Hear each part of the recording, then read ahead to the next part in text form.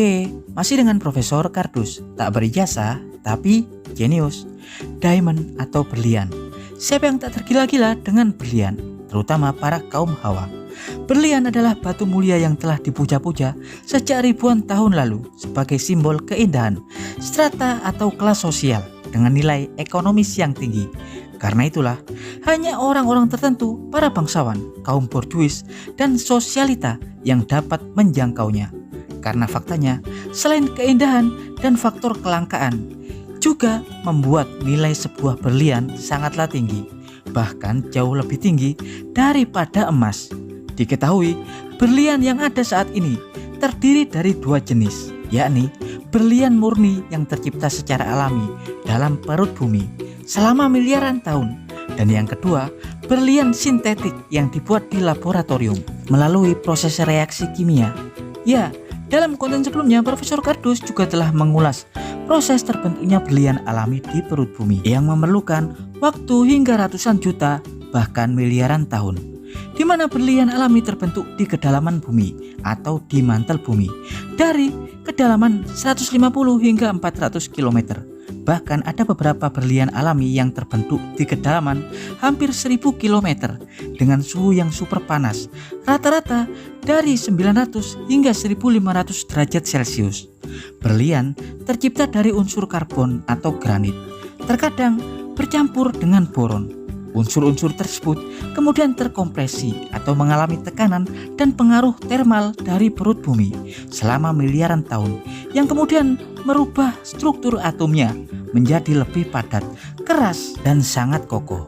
Dan ketika berlian-berlian tersebut sudah matang, kemudian berlian tersebut dibawa ke permukaan oleh magma melalui retakan vulkanik gunung api, dan kemudian dimuntahkan keluar ke permukaan bumi dalam cairan lava yang kemudian membatu. Dan itu adalah gambaran sederhana proses terbentuknya berlian alami di perut bumi, yang faktanya berlian alami memiliki nilai jauh lebih tinggi daripada berlian sintetik.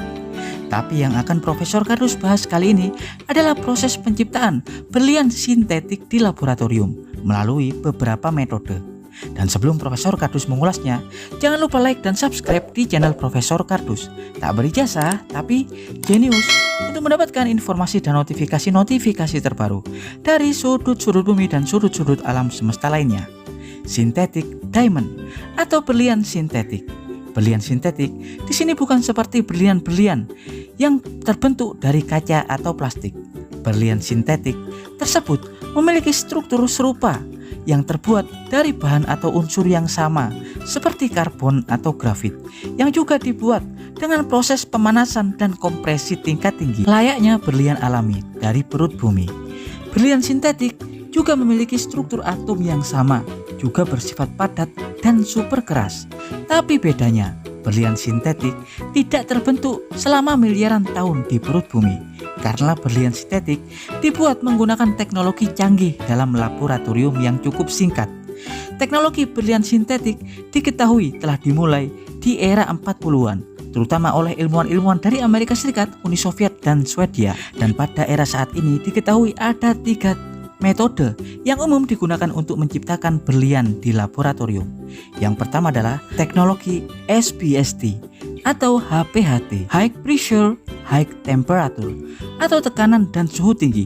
Proses HPHT paling umum digunakan di dunia. Di sini berlian sintetik umumnya dibuat menggunakan teknologi atau mesin press atau penekan yang disebut dengan bars yang dikembangkan oleh Rusia. Teknologi ini menggunakan sistem press atau penekan hidrolik, juga proses pemanasan suhu tinggi. Dalam perangkat bars terdapat sel reaksi silinder keramik berukuran 2 cm kubik. Dalam sel inilah nantinya bahan baku grafit atau karbon yang dilapisi logam akan diletakkan, yang kemudian akan ditekan dengan blok keras yang terbuat dari semen karbida, juga 8 sektor baja suhu tinggi. Setelah pemasangan, seluruh rakitan kemudian akan dikunci dengan cakram berdiameter 1 meter yang diisi oleh minyak hidrolik yang akan memberikan tekanan sebesar 10 gigapascal atau sekitar 99.000 atm atau super sangat kuat.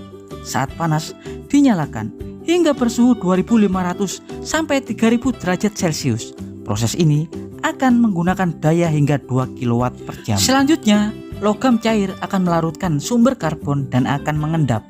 Asal Anda tahu, umumnya berlian-berlian sintetik terbentuk dalam butiran-butiran kecil.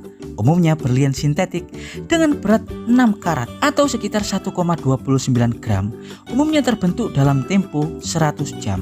Dan kemudian yang kedua adalah metode CVD atau deposisi uap kimia.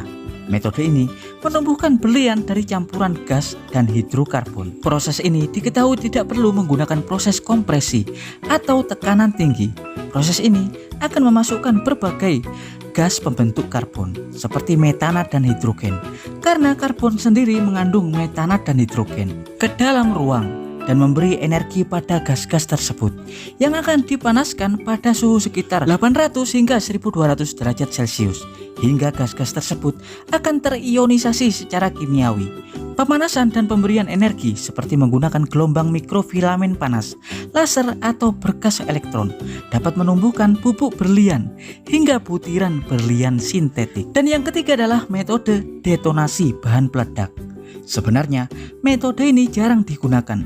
Proses ini umumnya akan menggunakan pasir berlian dengan ukuran sekitar 5 nanometer. Proses berlian umumnya diperoleh dari proses sebelumnya, seperti pada metode deposisi uap kimia. Di sini, berlian nanokristal atau bubuk berlian akan dimasukkan ke dalam ruang logam bertekanan dengan suhu tinggi. Nantinya, bahan peledak yang mengandung karbon akan diledakkan dalam ruang logam. Nantinya dalam prosesnya, ledakan akan memampatkan uap karbon yang akan berakumulasi dengan pasir berlian hingga mengubahnya menjadi bentuk berlian. Ya, dan berikut 3 metode penciptaan berlian secara sintetik. Profesor Kardus dari General Electric Amerika Serikat mengabarkan.